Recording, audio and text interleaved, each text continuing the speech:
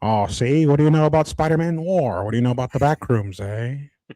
Find out on this next episode of Cinestro Core. We're back, baby. Your favorite podcast. Cinestro Core, the cast. It's your weekly gold mine. Stay tuned in. Stay tuned in. They got the beats, got those comic spins. I stay tuned in. Stay tuned. Welcome back. What is going on, registered cinephiles? We're changing it. We're switching it up. Used to be Podvengers. Y'all are no longer Podvengers, bro.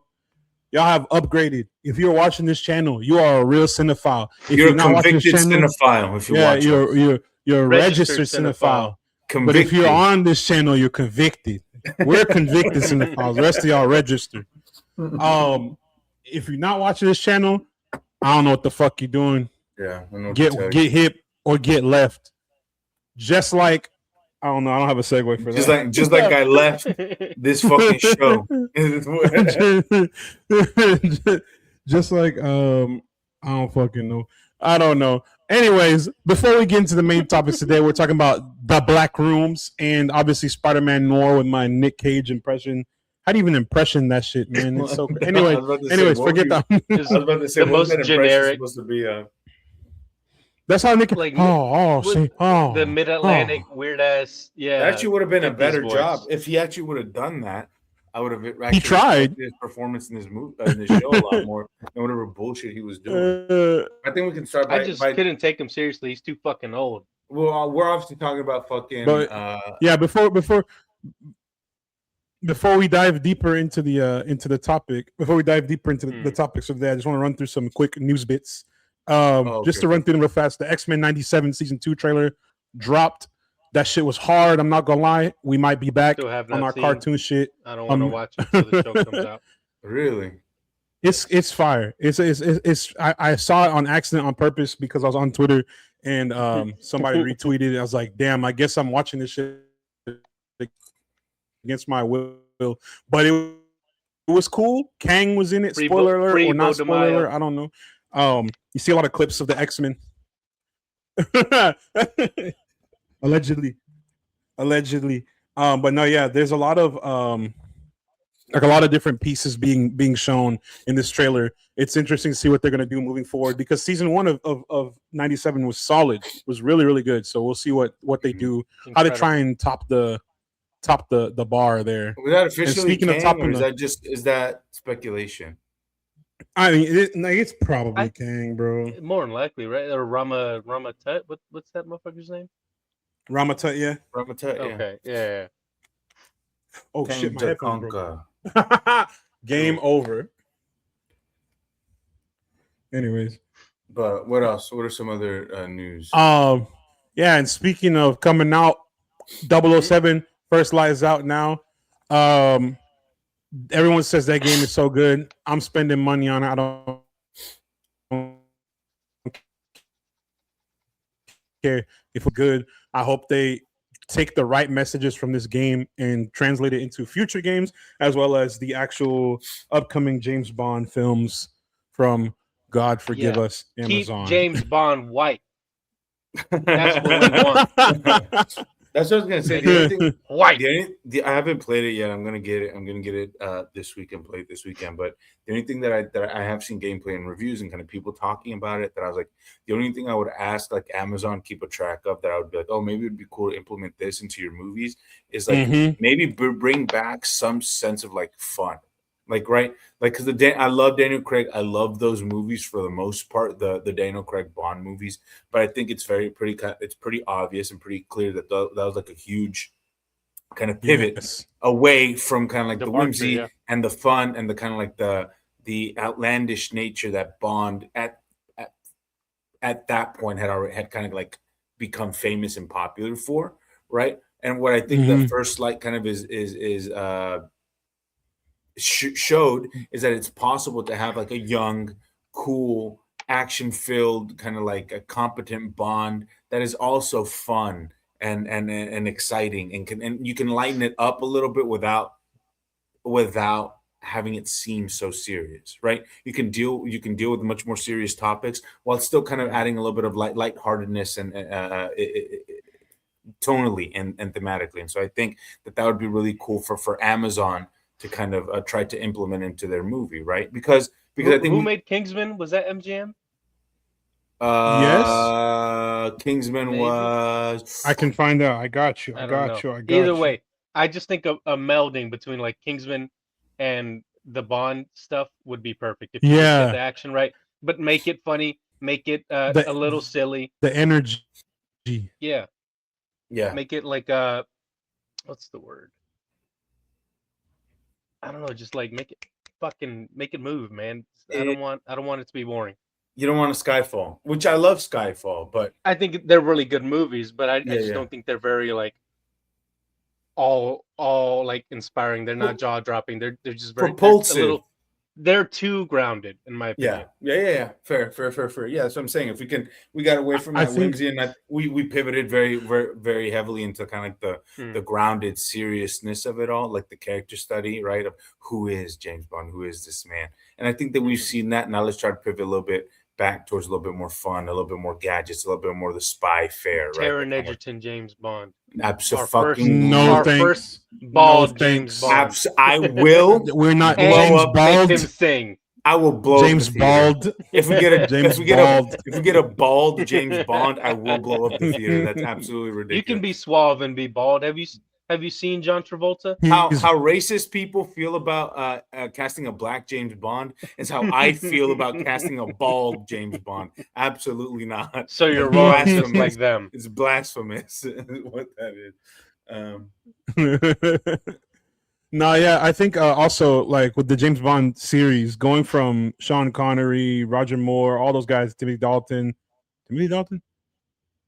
whatever. There's Yeah. so many. Yeah. There's George That Lazenby, motherfucker. like all those movies. All those movies were all like, first of all, they're all shot in the 60s, 70s.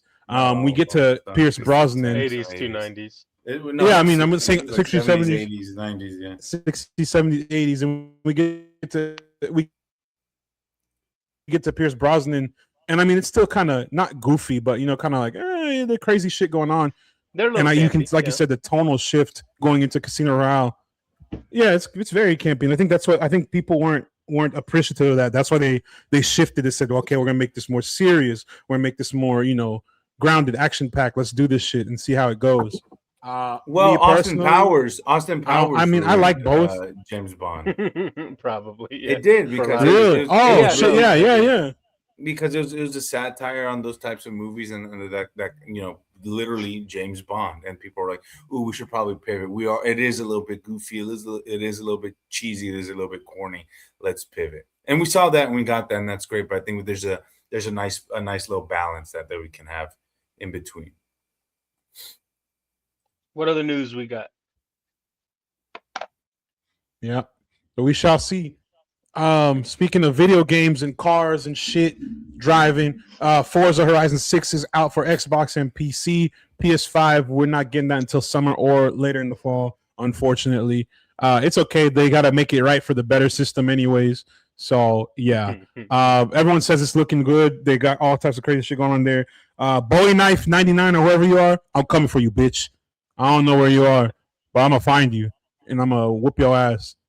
I don't know. I'm putting out threats on niggas who don't even know I exist. We don't know who I am. Real hater shit. Yeah, my dark ass gonna be in there driving my car. And speaking of dark, Lego Batman Legacy of the Dark Knight is also out. Been out for like a month. I'll go Yeah. get your Lego shit. I'm excited for that game too. I know Graham was like, hold on. Graham said, hold on and get on sale. I'm like, nah. I'll get it right now. But yeah, that's pretty much it. I mean, as far as gaming news, we're gonna do a gaming. Graham wants to do playthroughs coming up, so we will be doing some playthroughs. We'll do a gaming episode and talk about the upcoming state of gaming. Summer. Summer, fall going into winter time. We got we got Wolverine coming out. Allegedly GTA. I don't believe it, but new see. Wolverine gameplay dropped. I think the day before we're recording. That's the next bit of news there. New Wolverine gameplay. It looks fucking sick, dude. It looks sick as hell. I will be involved. I will be purchasing whatever deluxe version. I don't care. Can I say something I think that I think I dislike about the Yeah, trailer? let's hear whatever bullshit you got to say. It's not bullshit. I think I Yeah. love everything about You it. can't I think it speak. looks Don't fucking speak. sick. I think it looks fucking sick. But I don't like how quickly the blood and stuff like falls off of you. Like he's like absolutely massacring these characters, and he's like absolutely drenched in blood, and then like 3 seconds later, he's just like completely clean. I don't like that. That bugs me for some reason. I don't know why. I can see that. I can see that. Yeah. You He have to stepped look in at it from, water, like, bro. a It washed off him. processing He point washed of off view. him. Sure, I get it. I Yeah. get it. There's A limitations. technical, like a video game, exactly, limitations perspective. But I was just like, why is that blood just disappearing, man? Like in 3 seconds when he's completely drenched and covered in it. But small nitpick. I think Yeah. the gameplay looks That's absolutely. the only thing you can find on it because it does. Literally. It looks fucking cool. Yeah. The gameplay looks fun. The hacking and slashing reminds me of the Origins game that I played like 17 years ago, so long ago. But so that's- long ago. Yeah. Banger. No complaints. Bang her. I'm ready. I'm That here too. for it. I'm here for it. Ready for it. Ready for a follow up. A follow up to the Insomniac verse of gaming. We'll see how it goes. And lastly, last bit of news. Speaking of follow ups, White Chicks 2 has been confirmed. Comedy back. Really? Cinema back. We will be involved. Yeah, because I didn't even see that. I saw it last minute when I was about to get us logged in for the episode, and our homies over at Backstage Experience, the Backstage XP, please follow them. They were talking to Marlon and Sean about Scary Movie 6, which comes out this weekend. And they Fire. mentioned, White Chicks We'll is be coming, there, White Chicks opening 2 night. is coming. So We'll be there. yeah, we're gonna be opening night. we'll be there. We'll be involved. I'm an enjoyer of comedy films. I'm a knower. So I'll be knowing. I'll be involved in that. And lastly, let's get involved in some real deal topics. We're talking about the Backrooms. Oh my God. This has been a very big week for horror, for just great filmmaking in general. It's a shame that's about to be destroyed by fucking Masters of the Universe. But That while looks we still fun. have this Shut time, wrong. What? No. Looks fun. Which one looks fun? He-Man. Just I've heard fun does not Streets- equate good. I don't think it's gonna be the best movie ever, but it looks fucking fun. It looks good, like visually. And what's his face?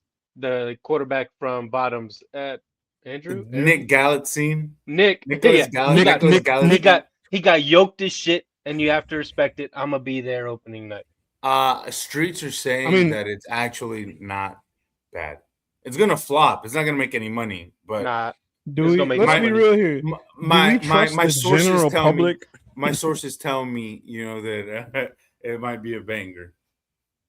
my Do we sources trust tell the me that there was a general showing public? at 7:00 today, the day before the release, and it was full. So Are you I fucking don't. serious? Yeah, I don't think it's gonna flop.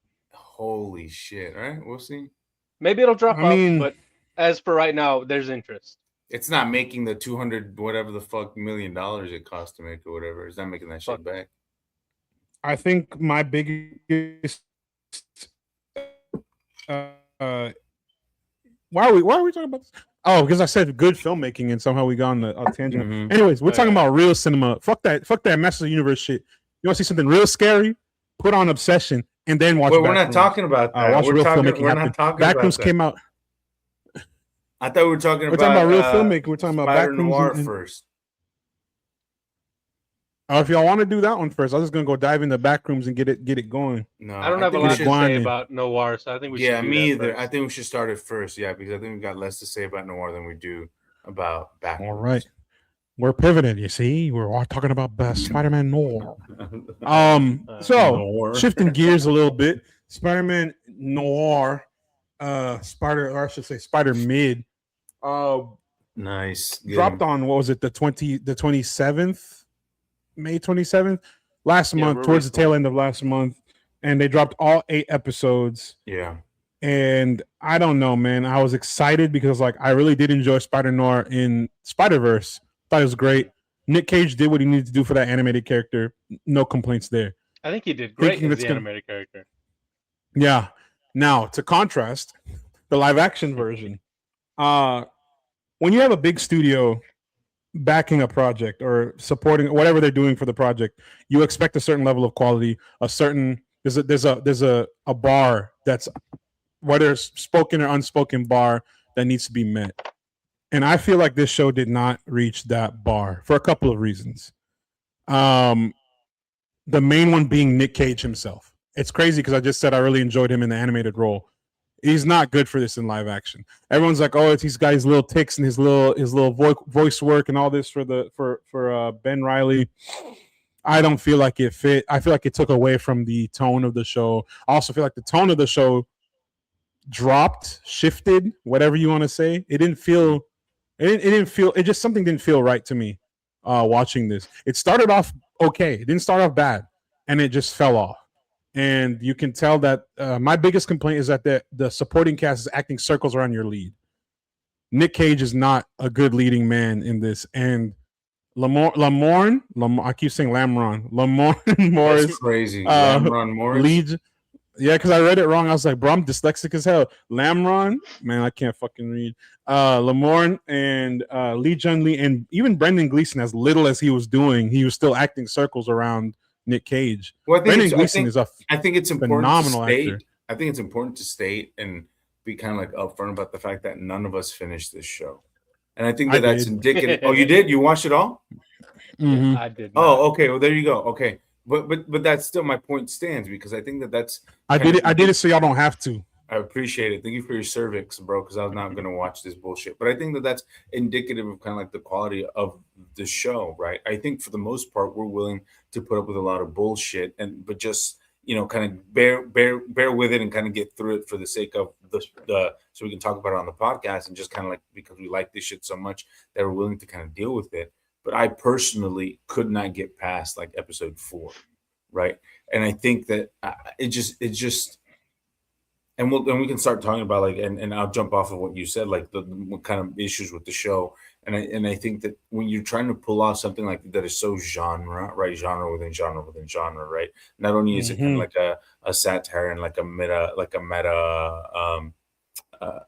satire on noirs, right? In classic Hollywood and that kind of storytelling, but it's also superhero storytelling. The golden age. Exactly, but it's also superhero storytelling on top of that. You're adding layers to layers, and when you have a showrunner like this motherfucker, Oren Uziel, who is incapable of being able to balance one, let alone 2 of these fucking subgenres, it's a fucking disaster. I think the show feels all over the fucking place, man. It's so fucking janky and wobbly, and it's like it doesn't know what it wants to be. It's like, is it a comedy? Is it funny? Or is it trying to take itself more seriously? And I'm not saying it has to pick, right? Like dramedies exist, and like I understand that there's it's very possible. I mean, Obsession, right, is a clear example of like being able to balance, like walk that fine line between genres and being able to pull that off. But I think that this show is not funny, right? So it can't justify being a comedy, and it's not well written enough, and these characters aren't well developed enough to even try to consider itself a drama, right? So its only allure is, look what we're doing, look at this cool concept. It's black and white, it's a noir, and it's an alternate universe Spider-Man story. And I don't think that is enough to justify the show's existence.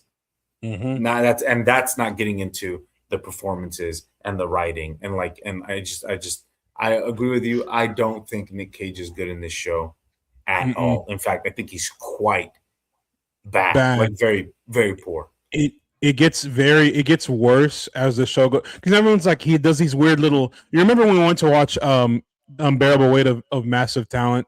And he's like doing his little when it was alternate Cage is like, I'm Nick fucking Cage, doing all the hand movements and all the twitching and shit. It works in stuff like that, but it does not work in this. And they're trying to play off like, oh, he's adapting his spider powers and all that shit. And like, bro, Yeah, it's too it much. works. It's It works in Mandy and works in Dream Scenario. It works in that movie where he plays Jesus. Like, yeah, it works. And that's the thing about Nicolas Cage is that he does his thing, right? Whatever his thing is, he does it, right? His Nick Cage thing, and either works for you or it doesn't. And either the project lends itself to kind of his whole shtick working, or it doesn't. And this, unfortunately, is one of those projects in which it doesn't work. It's way, way, way, way too distracting. It takes me out of this. Every single fucking scene he's in, I get pulled out of it. And it's like, I don't buy this. I don't buy who this guy is, who this character is supposed to be. It's like, it's just not. It's so jarring. It's really frustrating. And when Ben Reilly's your main character, right, that's the guy who you're supposed to be kind of like along on the ride with, is just like, I was like, it's unbearable. I was like, I can't do it. And the show's just boring. It's fucking boring. I got 4 episodes That's in. the point I was gonna say. And I should be clear. I got so bored that I took this show off in like 15 minutes. He walked out of his living room. I was like, I have better shit to do. I'm gonna go play Star Wars Outlaws. I'm gonna go do anything else. He cured cancer. He balanced I the watched economy. it in color because I don't want to deal with ads and downloads only in color. The CG looks like shit. Really? Nicolas Cage is too fucking old for this role. Yeah. Thank you. And I said that earlier. It looks cheap. It's not well written, at least in the first 15 minutes. That's crazy. First 15 minutes is so funny. I was like, this is just. I was watching it and I was like, do I want to do this? Do I want to watch this? And I had to come to the conclusion that the answer was no. And I did anything and everything else, and I took this shit off. I'm giving this shit a half a star. That's my rating from the get-go. That's crazy. Fuck this show. I don't think I'm gonna revisit it. That's it for me. That's so funny. I'll be so real with you, bro. It's not going to be one of those shows where you want to rewatch it, even if you did finish it, because it, like you said, it's uninteresting. I only managed to get through the thing that saves it, if you can call it saving it. The thing that kept me going was, one, trying to see the different characters that get introduced in the noir setting, and then two, the action sequences to a point. They weren't great, but they were better. They were better than the fucking plot that was being thrown on us. I'll give you the that. issue with that too. Go for it. What's up? I was gonna say the issue with that too is that the action is too few and far between. When we get the action, it's like, damn, yeah, this is what we were looking for. But then like nothing else happens. That's it. Agreed. And it's just it's a long. It's like a train. It's like watching the train go from city to city. You get to your main city. Oh, okay, cool. All this shit's happening. It's just bustling, and then you get on a train again, and you're going through fucking Iowa, where there ain't shit to do besides pick up corn or whatever. Nothing going on. The writing is not compelling enough to justify there being so little action sequences. Like one of the things I did like about it was like the action, like you said, was pretty cool. I was like, oh, seeing Ben do these things is kind of neat. Seeing Spider-Man in these situations, in these scenarios, and kind of figuring like the action, I was like, that's pretty cool. But I was like, when the fuck is the next one? Because this story fucking sucks. I was like, this writing is atrocious. I was like, I don't care about any of these characters. I was like, the story is boring as fuck. There's no, like, these characters aren't well written enough or compelling enough for me to want to spend time with them. Even when you have good performers like Lamorne Morris, or the actress who plays Ben's secretary, that Hispanic. Karen Rodriguez, exactly. Who I think is incredible. Legion Lee is incredible. The series would have been even better if it was Robbie and what was her name, Janet, a Robbie and Janet show, where Ben happens to pop in occasionally, because their dynamic was great. I was more engaged with that than I was with the main story of Ben trying to figure out if he wants to be Spider-Man or not, Spider-Noir. And then another thing, I don't know if I'm gonna get shitted on by other comic heads for this. So they mentioned briefly that he changed his name, and I'm like, so is he supposed to be Peter Parker? Is Ben Reilly a code name? Is a alias? What the hell's going on? A lot of things don't really get explained enough for me in the show. I know you're not supposed to have exposition. I know, fill in the blanks on your own, read between the lines. Yeah. Cool. That's fine. But that works really well for something that's already super established. If this was a regular Spider-Man show, I don't need to have a bunch of exposition. The nigga got bit by a spider. He fights a man who turns into electric. Like he's got shooting lightning bolt. That shit's well already explained. We don't need that. But like for this, I want to know what's going on, the backstory, and also them telling it in a way that like he's been the spider. They show this flashback for a minute, and then we go back to him. But like, bro, what are we doing? Like it felt everywhere. It felt like they had all these ideas. The best way I can describe it is like if they were trying to make like Captain America, Brave New World, and they just managed to fuck up even more than they fucked that up with that movie, because that movie was spliced to shit. And this just feels worse than that. I liked it. No, I liked it. It's just you can tell where one movie starts and one movie ends, right? We can tell when one movie started and one movie ended. But in here, it's like we got 15 different ideas in one fucking episode. I'm like, bro, please. Look, to the show's credit, I will say that I watch it in black and white, because I was like, if you have a noir show, I was like, you can't watch this shit in color. It's actually the best way to watch it. I was like, that's absurd. With everything going on. And I will give it, like in black and white, I think it looks really, really good. Like honestly, I do think like the production design is really good. I think like filmically, like just some like from a filmmaking perspective, there's a lot of really cool, neat, interesting things. It looks good. The CGI isn't. And that's the thing. Maybe it's easier to hide the really bad CGI in black and white. But if you're watching black and white, it works. And so that aspect of it. And I just thought it was like cool. I was like, oh, this is neat. Like, it's hard shooting in black and white, and shooting something to resemble kind of like the films of that time and of that era can be really hard to do, right? Because we don't shoot in black and white anymore. So it's hard to get black and white photography. And I think that this show looks really good in black and white. That being said, it's not enough to justify like everything else that's happening. When you have such boring, uninteresting characters, I'm just like, I don't care what I'm looking at. I don't care that this looks pretty neat. I was like, because I don't give a fuck about any of these people. And the fact that we're wasting actors like Brendan Gleeson. Bro. Remember, I was telling my girlfriend, I was telling her about like she hasn't seen anything Brendan Gleeson's been in yet. But I was telling her like he's too fucking talented to be in something like this. Banshees of Inisherin, 28 Days Later. I can keep going. He's so fucking good. And to have him be in here, I am Silvermane. I'm like, dog, come on. Oh God, come on, bro. Give him some meat to eat, to chew on, bro. Yeah, give him some shit to cook with. You're doing a whole lot of nothing, bro. And it's not that's not his fault. That is not his fault. It's the writing that's so ass and so lackluster. It's for every character, honestly.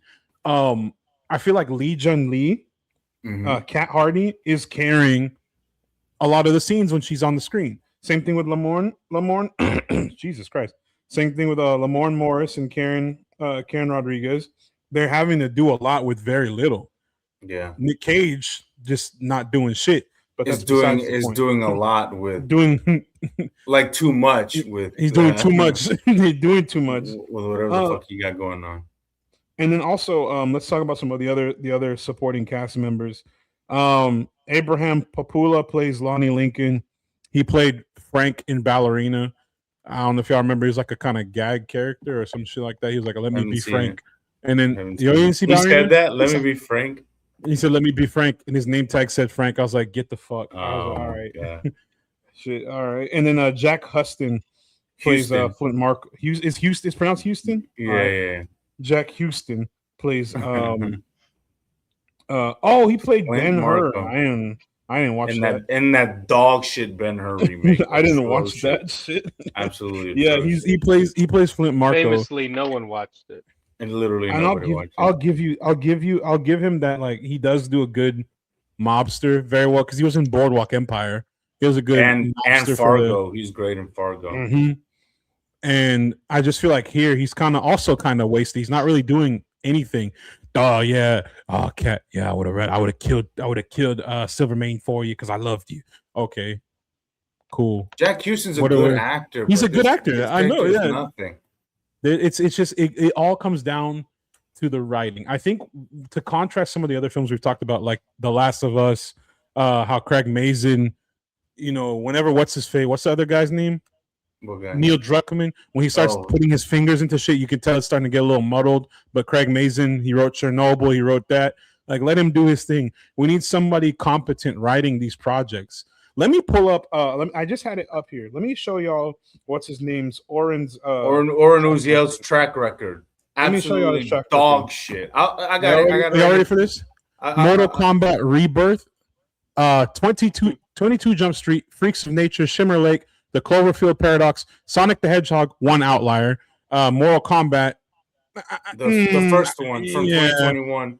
I'll give him that one too. It's not horrible. And an Escape Room, Tournament of Champions, and The Lost City. The Lost City. Two like out of like three fun movies, and that's it. Yeah, 3 fun movies, and the rest is all dog shit. He also did additional literary material only for Strays, also dog shit. Borderlands, also dog shit. Craven the Hunter, also the dog movie shit. about the dogs.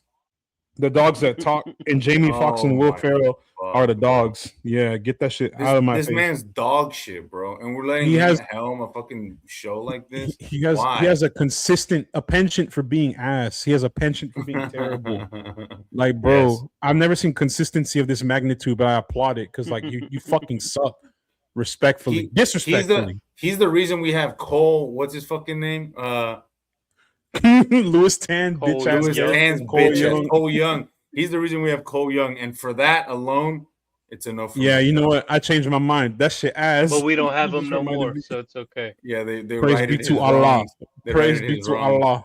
By making a dog shit movie, but at least they got rid of Cole Young. No, and that's the thing. It's like, and I mentioned this in the group chat. I said, like, Lord and Miller produced this this show, and obviously they introduced Spider-Noir they produce enough in Spider-Verse. And that's the thing. It's like, had they been in charge of this, had they like show ran this or had like a bit more of a say as to what happens with this show, I think we would have had a complete different show. I think we would have had a good show, because I think their sensibilities are so much vibe so much more with me. But I also think they're much better filmmakers than Oren Uziel is. Right? I just think that they have a very good understanding of how to walk the line between serious and comedy and funny, and maybe that's how they met Oren on fucking 22 Jump Street, because I think they directed that, if I'm not mistaken. But it's like I don't know. It's just a miss, man. It's a miss. It's a fucking miss. The show fucking sucks. I hate it. It's boring as shit. It's 2.5 stars out of 5. And I will not finish this. I will not go back to it. It came and went. And I think that the fact that people aren't talking about it and it had literally no cultural impact, people are blaming it on the fact that it got released as like a binge. It was a binge release. It was released like that for a fucking reason. But I think that that's a cop. I don't think that's a reason. I just think it sucks. So we were just like, whatever. Because she gets released, like binge released all the time, you know? But yeah, man, I just think the show fucking blows. Yeah, speaking of blowing, what do you give it? What do you give it? Bro, this is a 2 at best, and even that 2 is like a generous 2.5. Like, I think the thing that keeps it from being complete dog shit, like I said, the supporting performances. I really want to credit Lamorne Morris again, because his delivery for Robbie's lines, you can tell he put in the effort to do that 1930s cadence. You know, he's talking, it sounds like a news reporter. Yeah. I'm like, it sounds really, there's effort there. Same thing with Lee Jun Lee. Same thing with Karen Rodriguez. Everyone else is doing what they need to do with what they can. Everyone's actually acting. Yeah. And then the other drawbacks, though, they're too big to save this from being shitty. You know, I expected better, especially with a character attached to something as well put together as Spider-Verse. You know, also, this poses another question: is this the same Ben Reilly from Spider-Verse, the same Spider-Noir from Spider-Verse, or is this I think another? They clarified that it's not. Thank God, because I And was like, that's don't please another- don't do that. But that's what I was asking in the group chat. I said, I think I remember. I think I brought that up. I was like, is this even the same Spider-Man? Like, did this tie into Spider-Verse at all? Like, is there any link? Is that you finished the show, so you can tell me? Like, is that ever brought up at all? Does that mention? Is that do ever we ever like see? inferred? Do Do you we ever see see that? Penny Parker in this bitch? Yeah, like what? We don't what's see up? shit, bro. So we see, Which we is see fine. him- It doesn't have to be. I'm not saying that it has to be, but it's like then what is the justification for the existence of this show? the existence. then? It's literally People just just them to love trying Nick to. Cage. It's them trying to make some fucking money off of something that is popular, Yeah, and they know people want to watch something Spider-Man related because we're so, I yeah. guess, so starved of Spider-Man content. I hate that word, Spider-Man material. It's crazy. Yeah. I hate that shit. Because brand new, Brave New World, Spider-Man Brave New World, Spider-Man Brand New Day comes out next month in July. That's crazy. So I'm glad they released this when they did, because the taste in my mouth is so bad. When we get to Spider-Man Brand New Day, I'll be praising. I'm gonna name my son Dustin Daniel Cretton. Wahoo. Dustin Daniel Cretton. Wahoo. Because this fucking show is so bad. It's so bad. So, Astros won, by the way. Everybody eat my ass. Let's Pittsburgh can kiss go. my fucking let's ass. go. Fuck Schittsburg. Fuck Schittsburg Fuck Pirates. Schittsburg, bitch. Schittsburg, eat my ass. Schittsburg fucking on y'all. booty Pirates. We fucking on y'all. Yes. Speaking of fucking on us, this show fucked on me. It fucked me up. I'm so upset. I was rushing to watch it because I was like, we need to talk about it for the episode. After a while, I was like, if we don't talk about this, I won't even be mad. I'll be okay with. I will sleep happily knowing I didn't have to talk about Spider-Mid nor. I'm kind of I'm upset so we talked about it disappointed. at all, to be honest. Hey man, I sacrificed myself to watch it. I'm We mad got to now. now. Yeah. If I hadn't watched the finale, I'd been like, we don't need to talk about it. Oh, and speaking of the finale, talking about one of the most anticlimactic fucking finale. So there's a character in this called Megawatt. At first, when we saw like the preliminary, like the pictures and trailer and all that shit, I was like, oh shit, they got Electro in there. Nah, it's Megawatt, It's Megawatt. which is fine. Which is fine. It's cool, but the guy who plays Megawatt is also doing too fucking much. He's trying to do this like, all right, guys. What's his name, bro? And I'm sure he's really talented. I'm sure he's been in other good stuff. It's just in here he's playing the character up Mega way cock. too fucking much. Yeah, mega twat. Like, get out of my face, bro. Where is he? What's his name? Oh shit. See, can't find him. Dirk Layden, Andrew Lewis Caldwell, who has been in iZombie. Oof. He was in Transformers. Oof. I mean, I both went, oof. It's getting worse by the second. We both went, oof. It's so fucking funny. Nothing good came out of that fucking show. The Matrix Resurrection. Matrix Resurrection. Oh Which, no. Look. And I'm not shitting on his career. Whatever. He's a working actor. I am. That's what matters. That's He's right. in more shit than me right now. That's what I'm for saying. He's working, and that's great. And that's I have no incredible. aspirations to be an actor. This guy's a bitch. Okay, you haven't even seen it. No, But, yeah, bro. Like, it's just the way he was. I felt like he was almost too cartoonish for this show. It's just crazy because it's supposed to be based on a comic, but he was like, he was in a completely different show, and not in a good way. Not in a good way. I feel like if he had either toned down some of his delivery or changed some of his delivery here and there, it probably would have been a little bit better. Yeah, it's so frustrating. I wanted so much for this show. I wanted more for it. It's fine. This shit boo boo and caca and ass. Also, they had a guy named Jimmy Addison who's like a pyrokinetic.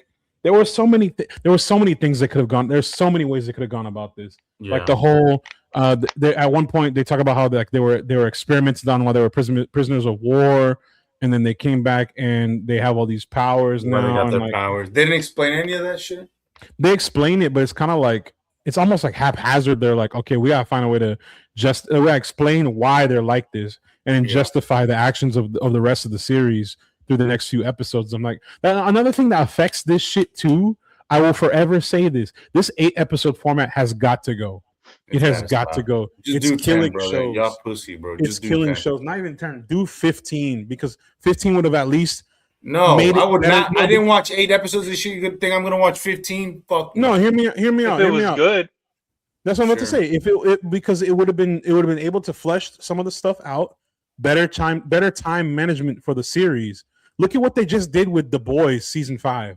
They just crammed like 15 comics. 15. They took the fucking omnibus and said we're gonna put this shit in one season. Do you know how big an omnibus is for comics, bro? That shit look like the Bible. How are you gonna cram that in eight episodes? Omnibussy. Omnibusted. I omnibusted on them, bro. Like that's crazy as hell. You're gonna put 50. You're gonna put reading the 52. Hero-gasm.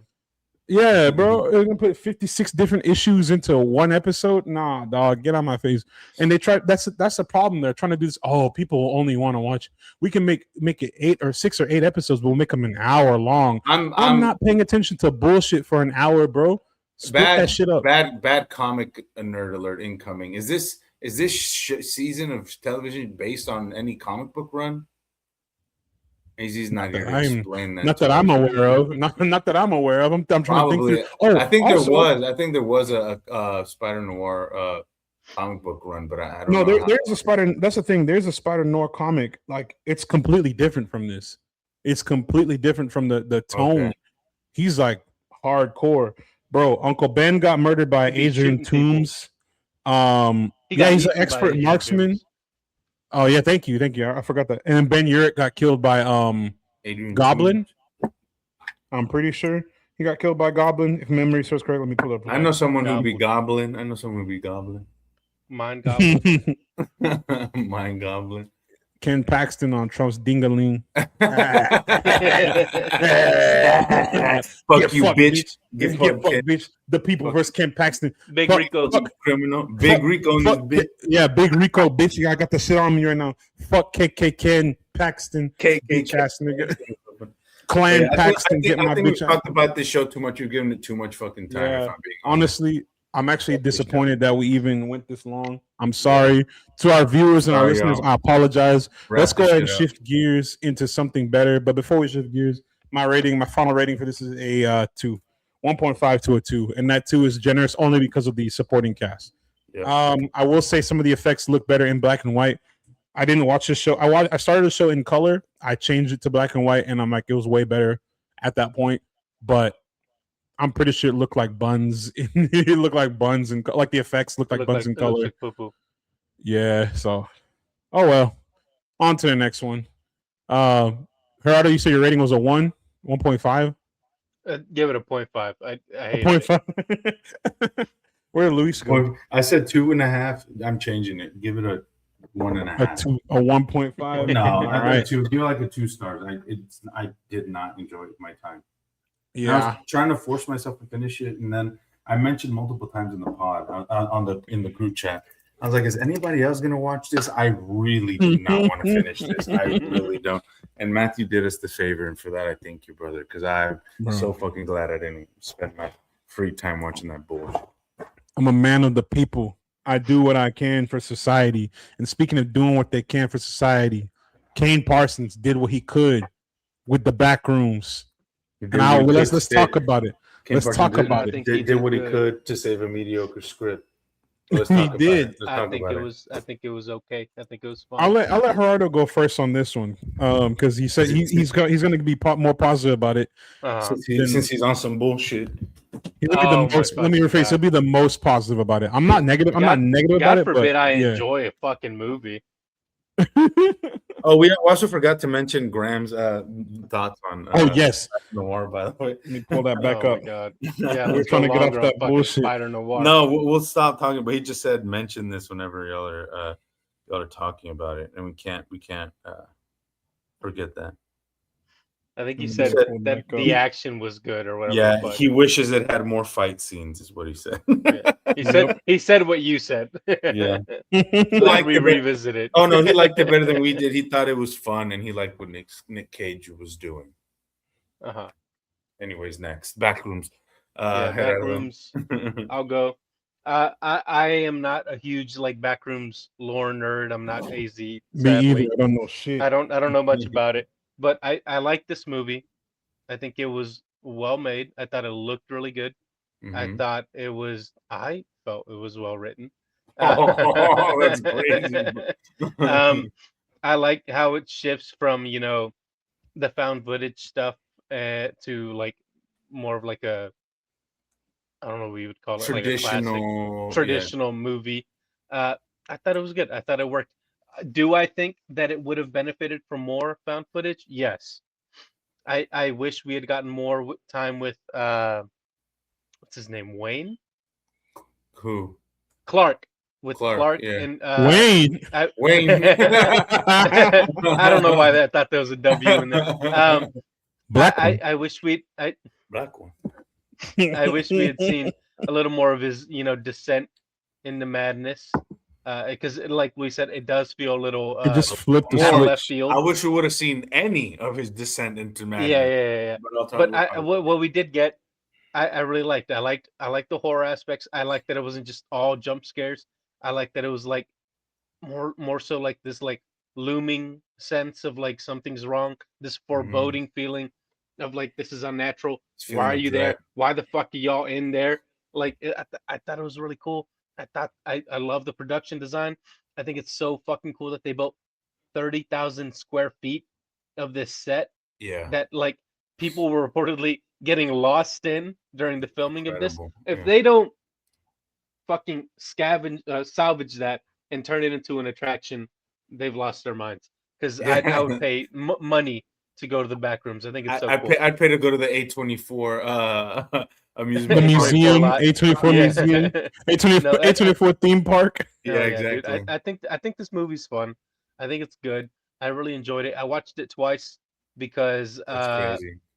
because it just happened to work out that my girl could watch it that same day I did in the morning. I was What like, did yeah, she I'll go think? again.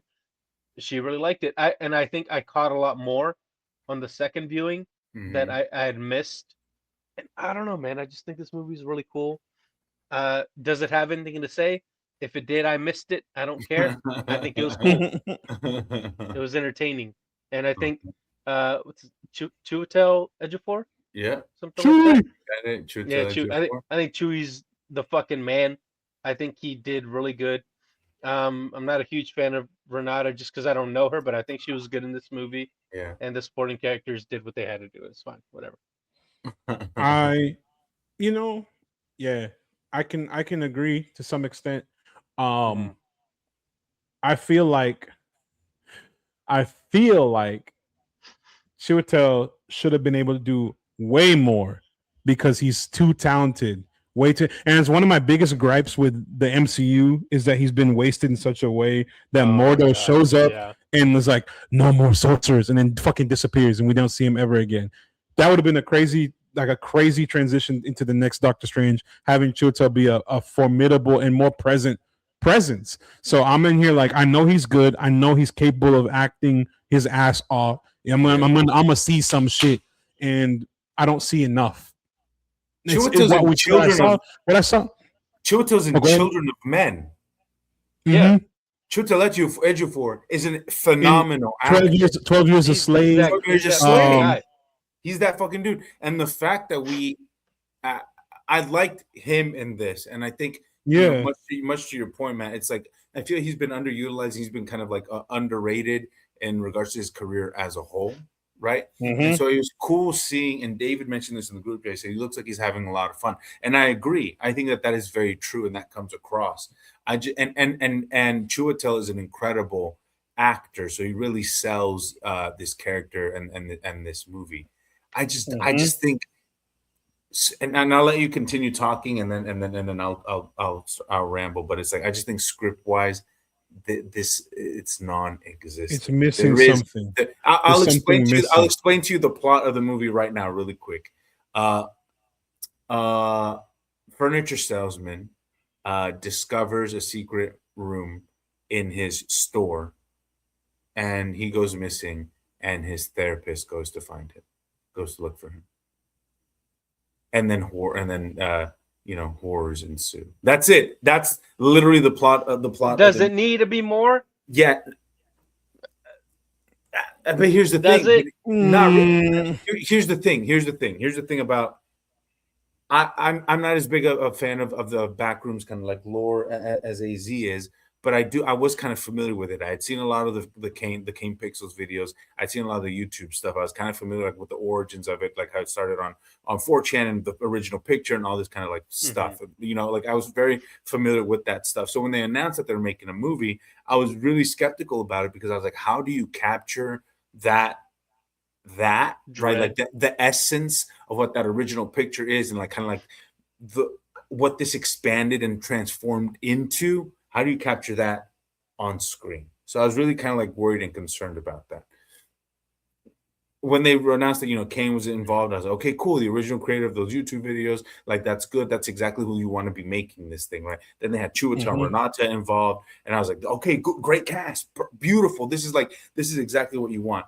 Movie comes out, the script is not non-existent, and that was what that was the and I was like, yeah, of course, because how do you write a story that revolves around this idea of liminal space? And that's what I think works and doesn't work about the movie. What works about the movie is this idea that everybody is familiar with, right? Like this, the liminal spaces, right? And liminal horror, right? And this, like you said, Kane does a really good job of exist like this dread, and something's just around the corner, and there's a sense of unease that you don't really know, you know, what's going on. Like that, all that stuff works beautifully. The production design, how it all kind of works, and it's like this is all familiar but new, and what's going on, I don't know. There's a sense of like that, all that stuff works, but these are not characters. This is not a story, right? And again, it's much like how I said about like Mandalorian and Grogu. Like as a movie, it's not a movie. It's not a good movie, because movies have things that you need to have a plot, you need to have characters, you need to have this, you have to have this. As an experiment, as an extension of what the Backrooms is, I think it's really cool. I think it's a success. I think it works. But the fact that, and that's what I like about the movie, the found footage aspects of this movie, where Chiwetel and his two employees are kind of like traversing the back rooms and discovering these things, and it's all analog, and you don't know what's going on, and you can see things off in the distance, and everything is happening, and they're not showing you shit. That stuff is absolutely incredible, and that should be the entire movie. That stuff, but how do you make an hour and a half of that? It's hard, right? That's So you no. need to, I disagree. You can do it. I mean, as Yeah. above, so below did it, 12 years ago. Isn't the Blair Witch Project all found footage? That's yeah. No, I'm not saying found. How do you make a whole movie of found footage? That's not what I'm saying. You Saying, how do you can. make an No, hour and a this is- half of these guys like just running around the back room? I think that you can. Yes. If they wanted to, it I needed a feel like bigger they- cast. They wasted. I feel like they also wasted. They had an opportunity to do what you're asking for when they went down there. They killed what's his name, Aeron Finn Bennett. Targaryen off Yeah. too quick. Finn Is that who Bennett. They killed Yeah. his ass. Yeah, that was him. I was like, Targaryen. What the fuck?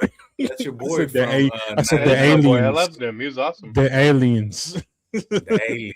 Yeah. The aliens, incestuous aliens. I was like, yeah, bro. I'm hoping that we get to see him, go from room to room and then get killed. I was hoping when he went down there, and he's like, the line's not long enough. I was like, maybe he'll like take it off and be like, let me try and see some shit and go around. The fucking Wendigo came in. That part was so fucking good when he goes down to like into that little room. Yeah, And it's like I need him. dirty I and want him gross. to explore more though. And you see that there's something in the corner. You see the outline of something. You don't know what the fuck Mhm. it is. And he gets I was killed like- off screen, and you don't know what's going on. That shit works. When the movie starts falling apart, Mhm. is when they show you exactly what it is. And when like the whole kind of device that it's like, Mhm. this is like an extension of that person's like mind, Mhm. right? Like when Chiwetel, like when Renata Reinza finally Like enters the that, it back room. attaches to whoever finds it. Yes, And that it remembers them. yeah. I like that. I thought that was cool. See, okay, interesting. That's what I did not like. Like when Renata enters the back rooms and she meets Clark, and Clark's finally going crazy, and he's in there, and he's like, it remembers, and he's like, and it's like, Mhm. he's like, and it's me, and it's like that's just me, but it's like basically saying like it's the worst parts of me or whatever. I really liked that scene where she finds him, and he's like, don't worry, it's just me. You know Yeah. me. Yeah, Because I that didn't part. catch, I didn't understand the first time, and then I rewatched it, and I was like, oh yeah, he fucking knows. He's the And it was, pirate. I thought it was so. Oh, I like that, man. I See, thought it was cool. I didn't like that because I was like, what is that? I was like, what? And then when they show you like the reveal, like what the creature is, it was It kind of took kind of me out it, of it was the. I liked it. disappointing. It was Yeah. I disappointing. liked it. And I if agree. I think giving it like making it like a literal physical manifestation of like the darkest parts of Clark. I was like, come on, bro. If it would have been a creature that we did Like not a know, nondescript. a It I doesn't will even say- look like him. I would have Yeah. liked it a little bit more if it, like, you remember the pincer guys in Dune that are in the arena that have those weird oblong heads. Yeah, yes. I that's what I thought they were going for. I was like, oh, that would have been really cool. The I think- original, I the think- Backrooms videos have like a Yeah. weird alien like Weird figures. squiggly thing. Yeah, it's weird. Yeah. I think if they had gone a little more monster, maybe it would have worked more for you. And I yes, respect that. 1000%. I like that it was the pirate because I think, oh, and again, I don't know anything about the Backrooms. So I was like, oh yeah, it's pulling from him because he's the first person to make contact with it since these, this like SCP almost like organization that is like, Oh, dude, that shit pissed me I off. like that. It I pissed thought that me was so off. cool. When I saw that, I was like, it's them. They're them. securing, they're containing, they're protecting, they're there. I thought it was so Okay. cool. And that's the thing. And maybe that's just I'm a fucking dork and I like and you that love shit. that shit. Yeah, I love it. And that's the thing. That's another aspect of it as well that I think it did not work for me. Is that Hard and- disagree. And I think that I was like, and I know that they're gonna take the absolutely incorrect things about this movie, and they're gonna try to franchise this like a motherfucker. Kane is already talking about Sadly, it. yeah. A TV There's show. two rooms. Kane But is already to be talking. fair, if they make this an anthology, I think it's okay. Yeah. Okay. And you and me have had this discussion years ago when you were really into SCPs and we were talking about the creepypasta and all this, whatever. Yeah, Like, I and they're think- like, what would we make? Yeah, absolutely. Yes, exactly. Like we've talked about, but I think that Kane's already talking about a TV show. The company that they introduced in the movie, what do they call? They're called Async. or something like The that. MRI company. And that's the thing. It's like there's no explain. They're like, we're an MRI. We used to make MRIs until we Yeah. So what are you discovered- doing now? It's What the like, fuck are you what? doing now? And I know what Mhm. MRIs are, magnetic resonance imaging and image, but it's like, what does that have to do with like the discovering of the back room? That's fair. That's and it's fair. like, Yeah. and it's like, why? It's not explained. They didn't need that MRI connection. Yeah, which It you was- don't have to explain shit. I'm not saying spoon feed me information. Like I'm all for Mhm. ambiguity in storytelling. I love that shit. Yeah. But just narratively, it didn't make sense. It's like, what does this have to do with anything? I think it got a little too handholdy at the end. Agreed. They're I will like, say that. yeah, they're like, oh, this is weird and this doesn't make sense. Well, here's why. It's because there's this company and they were doing some experiments, I guess, with Uh-huh. people, maybe. Who Mhm. fucking knows? And people know about it, and there's these doors and they're opening up everywhere, but we don't know why. And I will say, like, even though that shit did not work for me, and what's so frustrating about this movie, because there's moments of it that really worked, that are really cool and really exciting. Something that I really liked was at the very end, after they explain everything, she's like, so what's gonna happen to me? Right? And then it cuts, and it's cut to a woman in a room sitting hunched over like this. And she has and we get the- the shot from the back of her head, and then they cut to the front looking up, and it's like one of the weird malformed creatures. One of these wrongly remembered. But then that's the thing, and that's why I think it's so cool about the show. Is like, isn't oddly remember? Like, does Clark even know what the fuck he's talking about? What if it's people who are trapped in the back rooms who have been there for years, and the space itself just kind of like transforms them into these things? Because in my head, whenever she says, "What's going to happen to me?" and then they hard cut to something, they don't explain. You don't know what happened. Next thing you know is a fucked up kind of mutated version of Renata Reinsvost's character, Mary.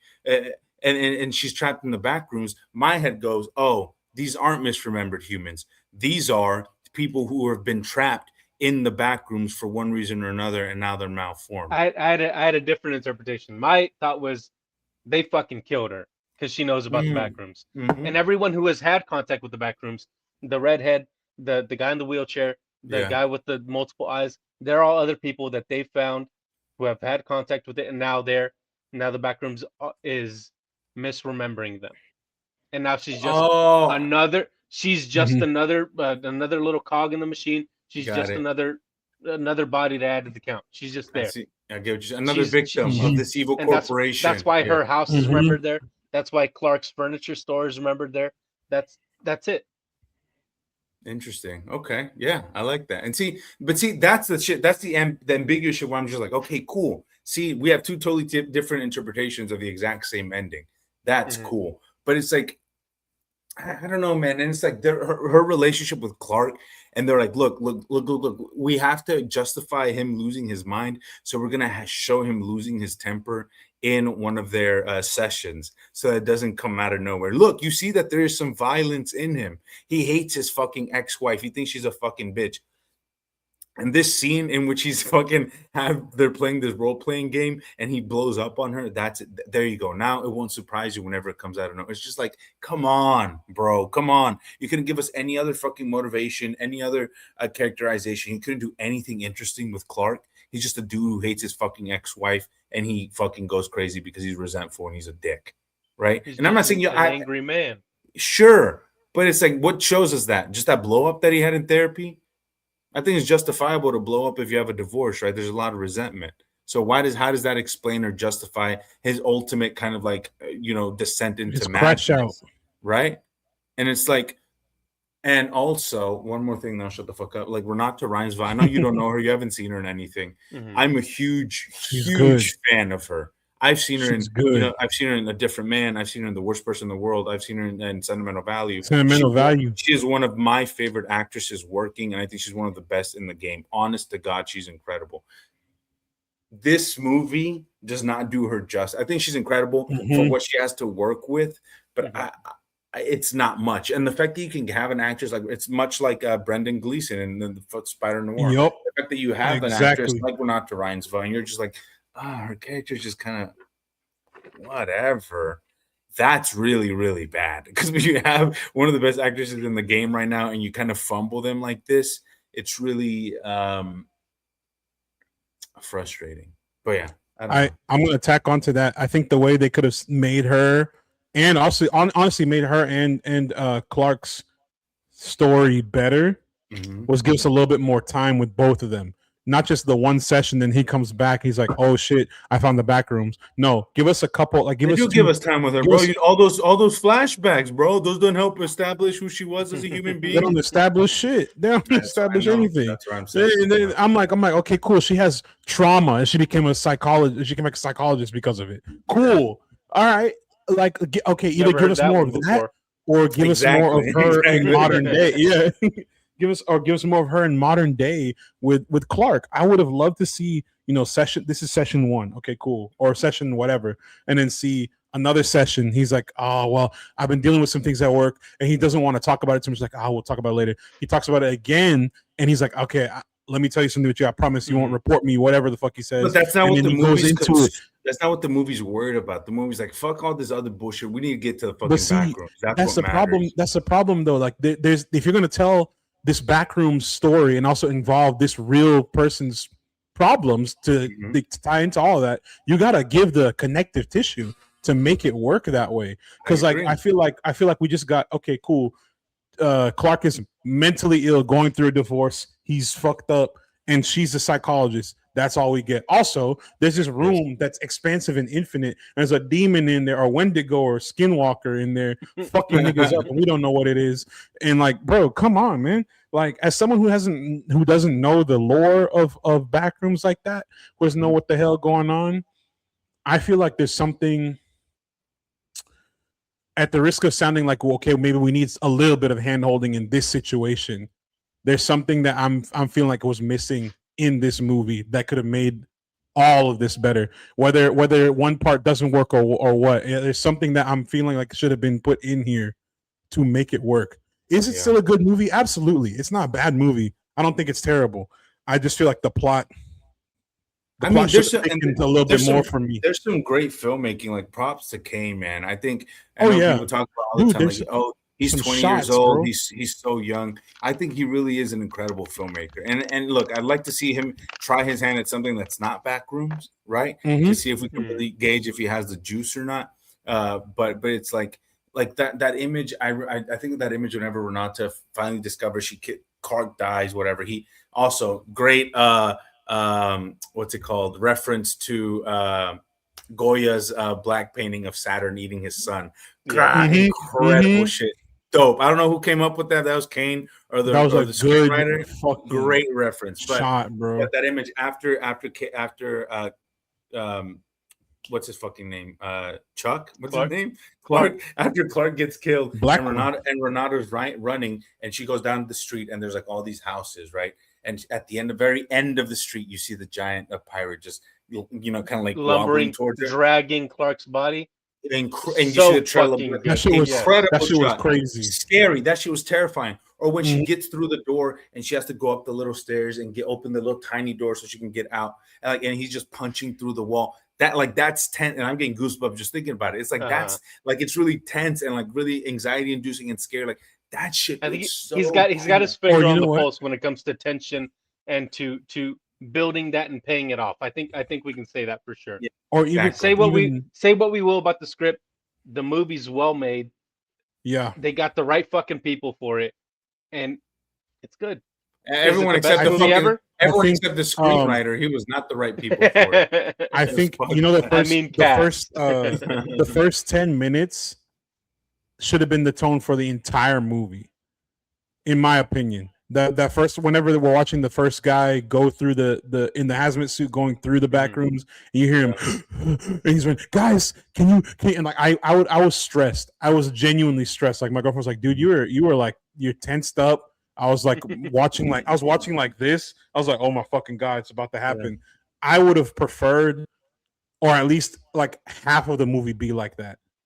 You know, man, I feel like is it good? Yes. Is there something more that we could have had? There's more left to imagine, or whatever, more left on the table. Yes. I hope that Kane continues to succeed and continues to produce good filmmaking, because I'm gonna be so real with you. Everyone's like, oh, 2025 was a good year of filmmaking. We also got some bad fucking films, and we're also getting some bad fucking films this year too. But we're in that stretch of, like I said, we're in that stretch of time where good movies are going to come out back to back to back.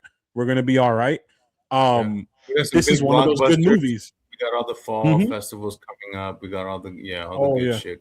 But I think this is part of those that trek of just good filmmaking. I think I also want to touch on what you said real quick, I'll shut up. Yeah. What you said about like there's some crazy good shots in this film. There's crazy good camera work. There's some tracking that is going on while she's walking and while Chewie's walking. I'm like, bro, this is a good film. This is a beautiful film. If you take away the fact that the plot is kind of at parts, it still looks fucking good. Also, like they don't explain, how does Chiwetel discover all that shit? That they've been here and that they're misremembered people. Yeah, that goes hand in hand with the mental. No, how he said these are people they're misremembering, and it's like, yeah, how do you know that? How the fuck would you even get to that? Come to that conclusion? And like we said, he's mentally ill. I also think he? I think this is crazy, because I usually complain like some films are way too long for their stories. This film would have benefited from being at least another like 20 or so minutes longer, just so you can explain stuff like that, or give better I like that it's ambiguous. I don't think it needs more explanation. Also, what does him being an architect have to do with anything? I think it should have like oh man, literally nothing. Detail. It's dumb. It leads to nothing. No. Hear me out. I think if it had gone to the extent shows of like, okay, how he's failed in life. That's why he's so fucking angry. And I get, and it's also kind of like being like, this is a structure, right? And he knows about structures, and like he's interested in intrigue about how this place works, and being an architect. I mean, I get it, but it's like, come on, bro. That's like they could have played into that a little bit more, being like, okay, he's in the back rooms, he's exploring it. Now that it's adapting to his mind, it's adjusting to the fact that he's an architect. He knows how shit should be built, how all his abstract ideas that he's drawing about buildings and rooms and whatever. You lean into that. Use that to your advantage. These rooms are changing. This how does room is that work? looking like How does this. that work when you have 3 people in there? Whose mind does it adapt to? Like who? Why? I mean, Chewie's been in there the longest. He's been in there most frequently. He said he's like, I keep going back. I mapped it out. I'm like, why not pull from that? He's been in there so much. The room's like, all right, this is our guy. We're gonna take him next. Let's start, fucking with his head. Let's start pulling shit from his head. I don't know, man. I'm just saying, if Kane needs somebody to screenwrite the shit, he knows where to find me. Also, I think I ain't doing anything. I'm glad we got those 2 actors in the girl, like his 2 employees. I think. Oh, Kat and Ben those or Bobby are literally like they're very surface level. Yeah, nothing, bro. There is nothing there. They're in this bitch for 10 minutes, and they do literally nothing but just like die, which is fine. But it's like, okay, it's I don't know. It's just like, all right, cool. And they sort of function more as a narrative device to kind of get the fucking handheld found footage shit, and I get it, and that's cool. But it's like there's like, I don't know, man. It's just so frustrating because I think this world and this story and this is kind of like it's so ripe for potential. But I think that they're going to take I forgot to mention this. They're going to take the wrong lessons from this. And I think they're going to do an SCP kind of like franchise, like a creepypasta kind of like universe. And that's scary. If it's well done, it's not the best fucking movie imaginable. But it's probably not going to be. Because y'all remember Slender Man in 2018? Yeah, but that was before. But that was before. But that what didn't work about that bullshit ass movie is that it was directed and written by niggas who don't understand Slenderman because they're too old for it. That's some shit that we would understand. That's what I was gonna say. It had absolutely nothing to do with the lore of that character. Also, it had Joey King as the lead. So I was gonna say, if you made that shit today, it'd probably be much different.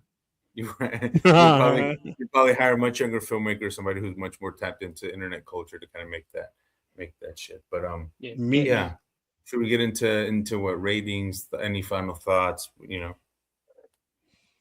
I think my rating is still pretty solid. Like it's like a 3 out of 5, 3.5 out of 5 maybe. And that's only because Obsession. I'm almost about to push Obsession to a 5 the more I keep thinking about it. You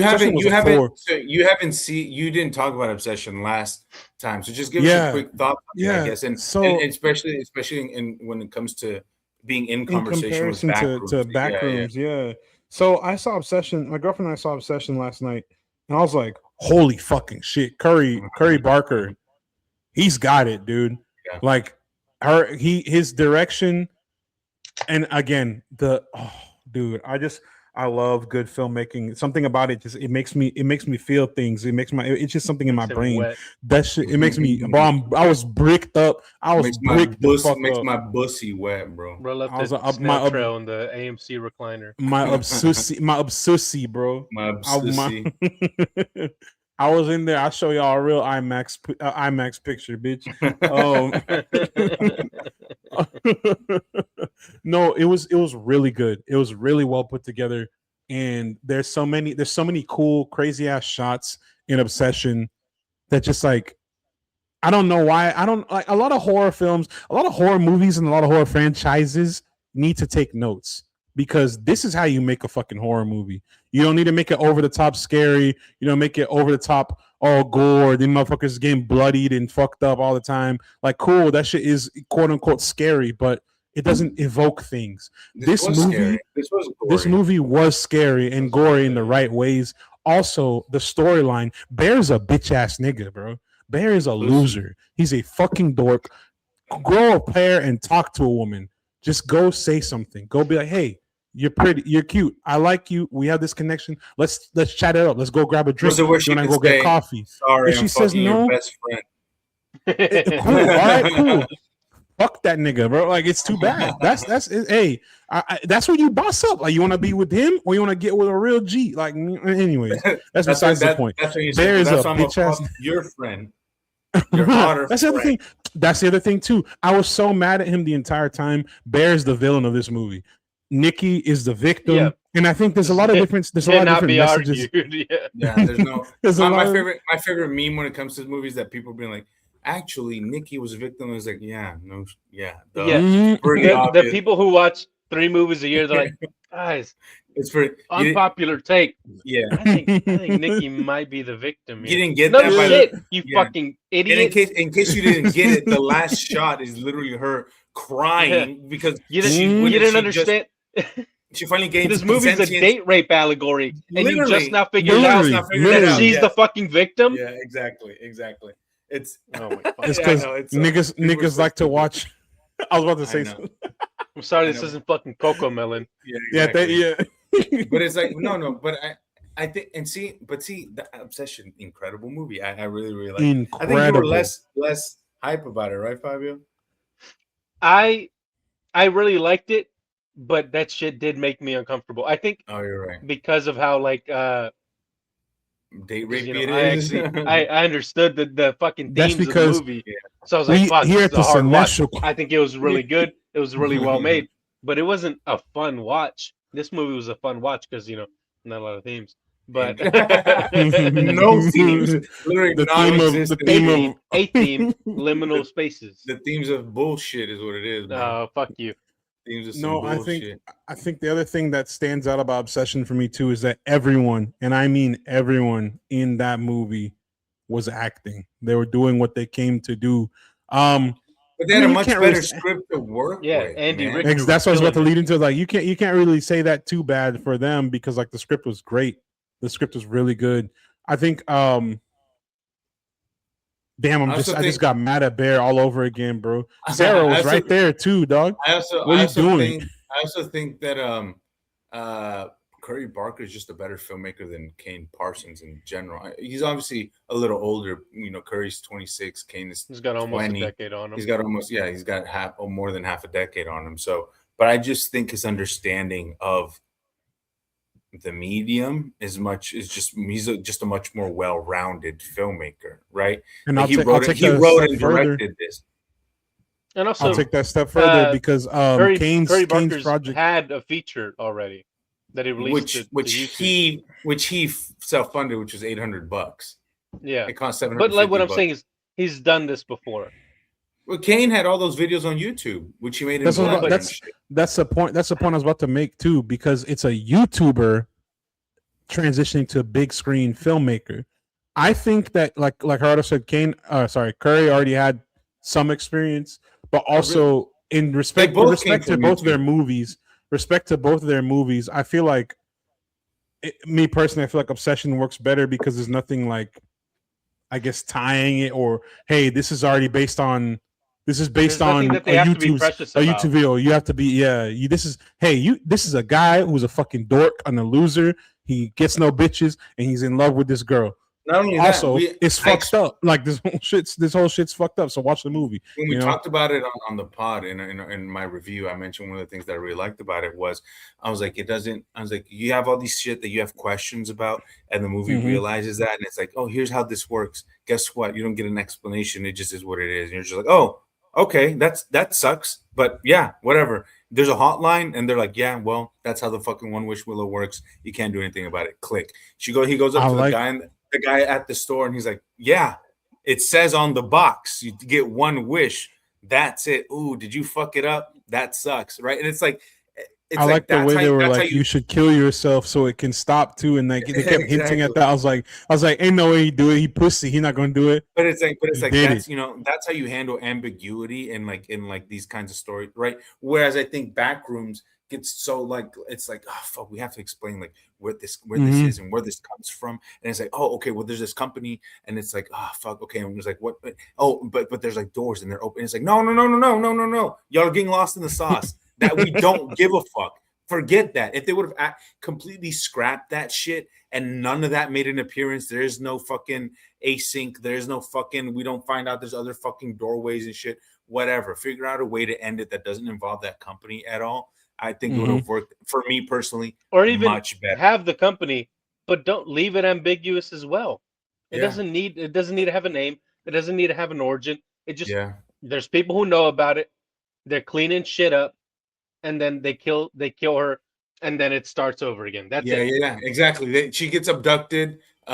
We see them take her away, and then cut to that shot of her in the back rooms. We don't know what happened. We don't know who they are, what they're there for. Yeah, exactly. That that would have Well, worked much better. you're saying when she comes into when they like gas her and it just cuts to her being in that chair. Yes, Is that how you're they- saying it should yeah, go? like Or they can gas her, interview her, but he doesn't have to fucking explain who he is. get rid of He the doesn't need to. exposition.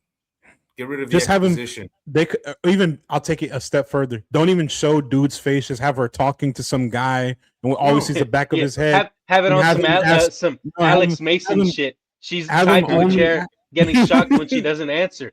What I'm The saying, numbers, Mason. And What do even they then, mean? They can make it scary. and even then, don't even Yeah, have that's what I'm saying. you Like, have it make don't it even- scary. You don't even have to show that. Like, I think that's a perfect way to do it. You Mhm. see people gas her down, they take her away, and then we don't see where, who, what, why, where. Cut to that shot of her sitting in the chair, and now she's all malformed. What happened to her? We don't know. Who took her? Who fucking knows? What is this? Who is this? We don't know, and it doesn't matter, because what matters is if you had a better script. This character that we've gone, on a journey with, and that we now see has had a terrible ending, and we don't know why. You became emotionally invested with her, and now you don't know what happened to her or why, and you're like, "Fuck, that's a gut punch." You know, that's why that Obsession ending is so great, because because you were trained to want to like Bing. You're like, actually, he's really fucked up. Now he's dead, up, bro. and here's Nikki, who we've been kind of, by the nature of filmmaking, the way movies work, like she's she's the antagonist, is she? But And it's, that's what but whenever it's not she's a her. victim. exactly. And then when she She a wakes up victim. and she realizes like the kind of like the outcome of all of this horrific thing that was brought upon her, right? That she had no direct involvement in, but she was involved. You know, it's incredible shit. But yeah, I don't know. I think to go for it. Oh, go ahead. Go for it. I was just gonna say not to keep glazing Obsession, because like I'm about to, like Ashton and I were talking about, we're probably gonna watch that movie again soon. I know we're gonna watch this weekend for our next episode. We're talking about Masters of the Universe. Boo. Scary Movie 6. I don't know if anyone's gonna see Power Ballad. Anyone gonna watch that? Fuck Fuck no. no. I'm just there. I'll just there for I'll watch Tuner. I'd rather I'm watch just there for paint dry. Nick Jonas. Oh, is Tuner coming out? I thought Fuck Tuner was Nick already out. Jonas. It's gonna be at the I Angelica. thought Tuner was already out in the It's theaters. on Tuner is limited, already out. limited, Tuner's limited out. release. Yeah. Oh, okay. Well, I'll try and check out Tuner. But yeah, like I want to see Obsession again, and Wow. simply because it's one of the best. I think it's one of the best horror films of the year for sure. It might be top 10. It's at least top 10 film of the year to this point. We got a lot more movies coming up, so I'll amend that list as we go along. But it's just so It's one of my 5 fucking favorites good, of dude. the year so far. Like I've seen a lot of shit. it was unnerving. It was unsettling. That scene whenever she wakes up and she's crying in the corner. She's like, "Bear," and like you see her face is distorted, and then her movements. Oh my fucking god, she is gonna have a career. She's gonna have a career.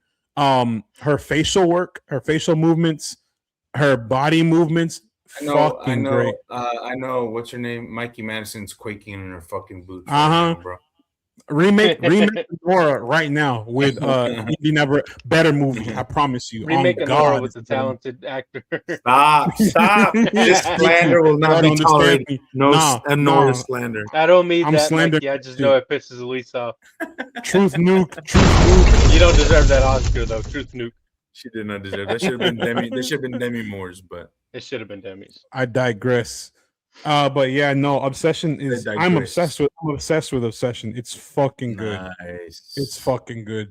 I wish I could experience it for the first time again.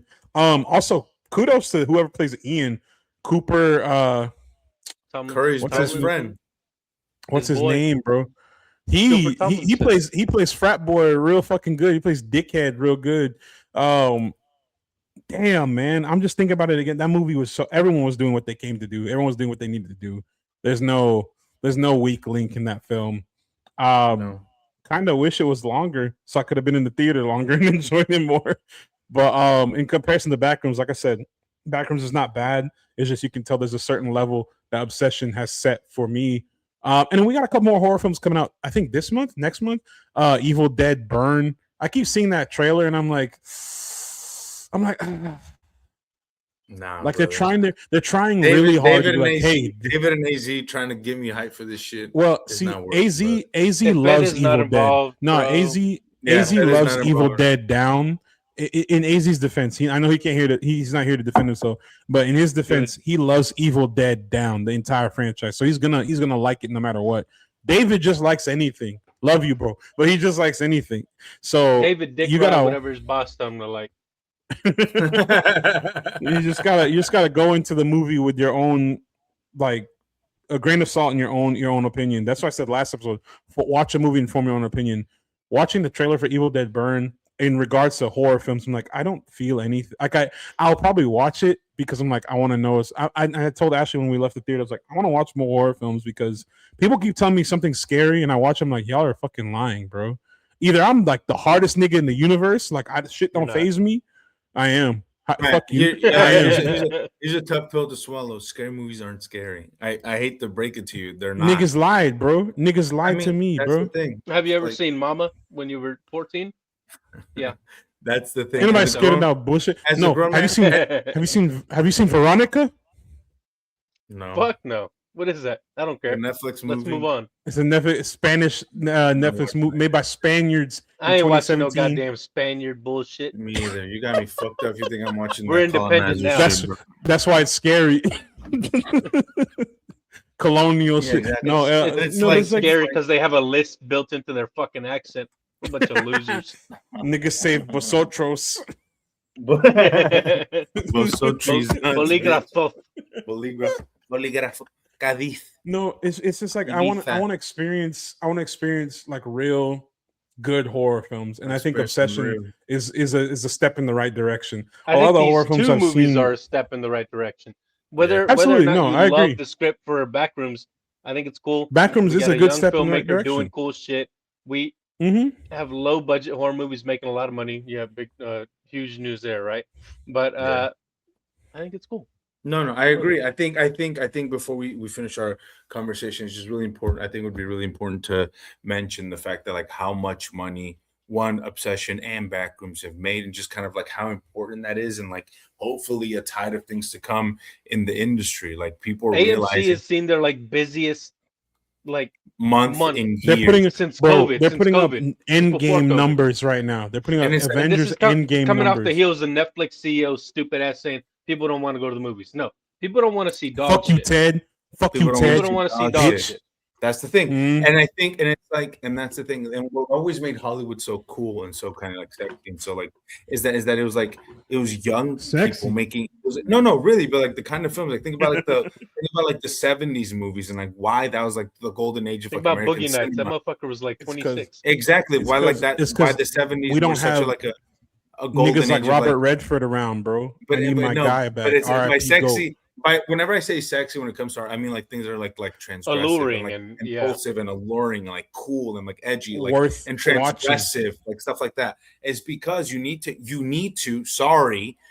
to let young people make this shit, right? Guess who relates to young people? Other young people, right? Yeah. The fact that Kane Parsons, a 20-year-old, was able to We make saw this this movie. with Talk to Me like 2 years ago.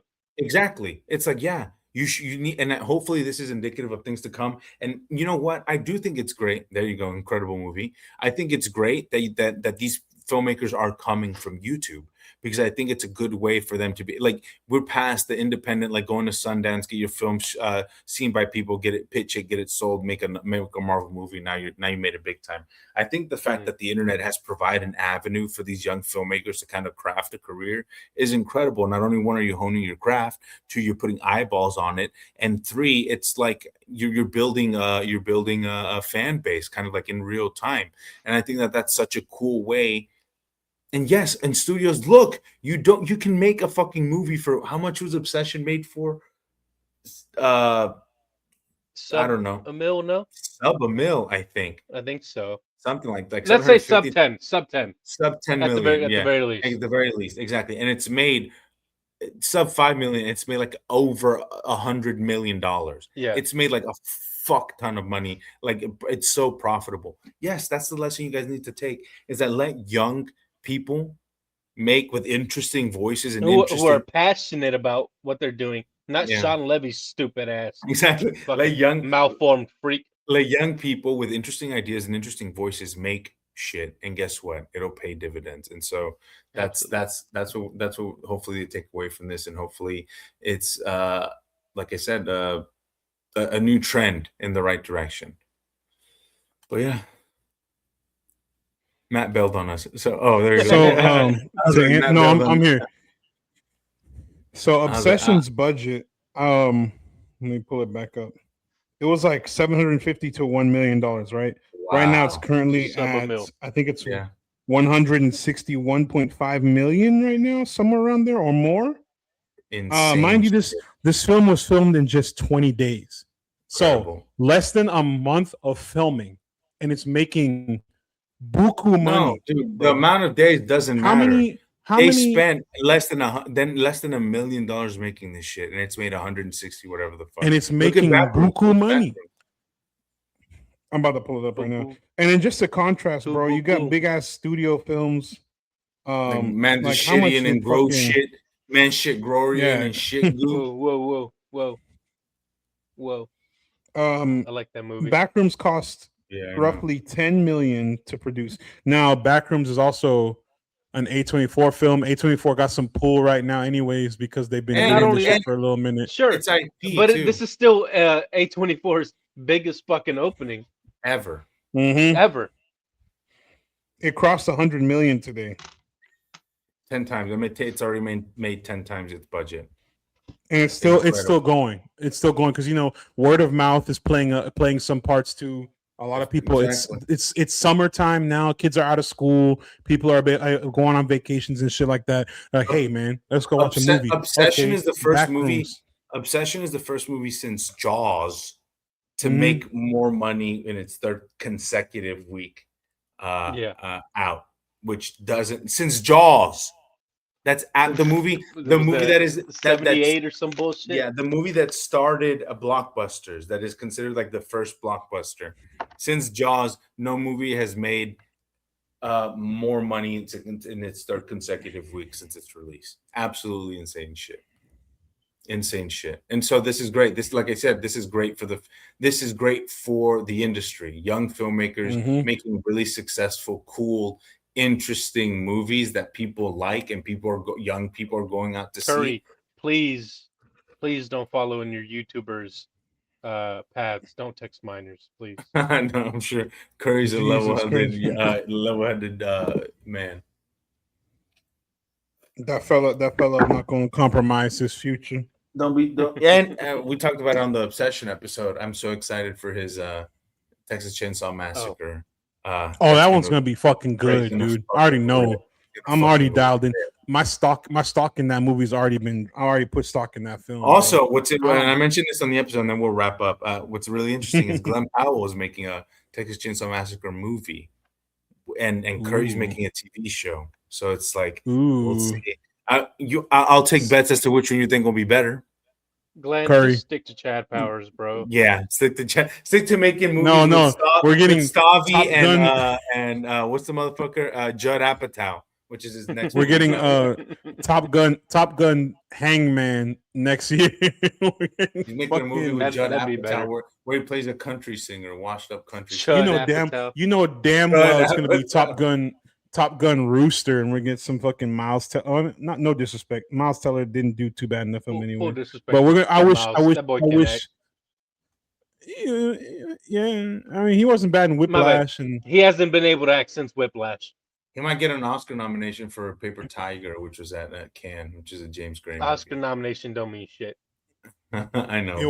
It will when I who won an Oscar. You know who won an Oscar? Jamie Lee Curtis. Shut the fuck up. I know, ridiculous. That one of the crazy. Don't remind me. Fraud Oscar. The craziest shit I've ever lived through. Fake Oscar. And I lived through 9/11. I lived through 9/11, and Jamie Lee Curtis. I'm kidding. I One of lived the through. craziest shit I've ever seen. I lived through Trump 2016 and Trump 2024. And Jamie Lee Curtis winning an Oscar is still crazier than both of those things. But yeah, anyways, thank you guys. Not as Oh, crazy as this. wait, Oh, did we give Backrooms ratings? No. No, we didn't. Oh yeah, let's do ratings real quick. I'll give it a 4. I really liked it. Wow. Okay. 4. Good. 4. Yeah. Done. High regards. High regards. Luis, what you got? I gave it a 3. It's solid. Not great. Not terrible. I had a good time. 3. I also gave it a 3. I was leaning towards 3.5, but the more I keep thinking about it, I'm like, the plot is what's holding me back from giving it that 0.5 or moving it to a 4. It's a 3 out of 5. That's my biggest gripe. Everything else, though, solid film. Solid filmmaking. Great time. If you want to watch something this week, I know Masters of the Universe comes out on Friday. Yeah. I know what's it called? Oh shit, yeah, Thursday. tomorrow. Oh shit, today's Wednesday. Yeah. It comes out tomorrow. And I know Scary Movie 6 comes out also this weekend. Also tomorrow. Take some time if you do got a the time, triple do a feature. triple feature. Use your Matter of AMC A-list pass that I told you to buy. If you didn't buy it, that's on you. But if you do have it, use all 3 of your tickets. Do a matinee, then do a 2 o'clock, and then do. You can't do go 3 easy. in one day, can you? Yeah, you can. You can do 4. Really? in one Bro, day. I do it. Bro, What? I I'll do did it. 2 and I do 2 in one day all the I time. thought it was only So- one a day. No. 1 ticket per showing. You can do all 4 if the Oh if the shit! showings Mhm. work out. I Mhm. didn't know that. Fuck yeah. Yeah. Dude, that's what I'm So, saying. yeah. AMC, Get AMC your matinee, A-list. get your 2 o'clock, then go get lunch, go have 5 or 6 beers, then drive back back to the theater for a 7 o'clock showing. That's right. Watch them all, What's the third movie? It's gonna be Masters of the Universe, Scary Movie, and what's the third one? and then watch Backrooms. I'll say watch Obsession, Obsession yeah. and Backrooms, and then pick They've one of already those other everyone two. in the world has seen Obsession. Go watch Backrooms. No, they haven't. No, they haven't. They still watching Dude, bullshit from right now. the They still watching showings I've seen. Spider-Noir. From the showings I've seen, Yeah, everybody Obsession. watched that Oh, bitch. Everyone's bro. watching Obsession, bro. I'm My telling you, my the dumbasses who watch 3 movies a year have seen Obsession, bro. The illiterate Mexican influencers who can't read, can't speak, they've seen it and they're like, hey, Nikki just like me, she just like me. Nikki's so toxica. We love her. Nikki She's so toxica, that's my Latina. Yeah, and they're like, "Oh, you think she's Idiots. toxica and you never had a Latina girlfriend? Shut Oh my up, fucking bitch. God. Mama, Man. whatever. Read a fucking book. What are you talking about? Do not relate to this. What are you talking about? Why would This you is want to not relate good. to This this? is not good. What do you do? Anyways, I want better for my people. Anyways, that's a different conversation for a different day. One last thing.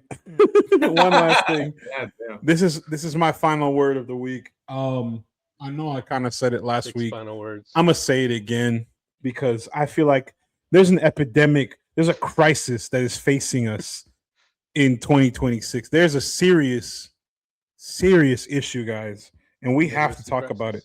We have to get this. We have to get the word out there. We have to start the movement to combat this shit, man. I'm tired of it.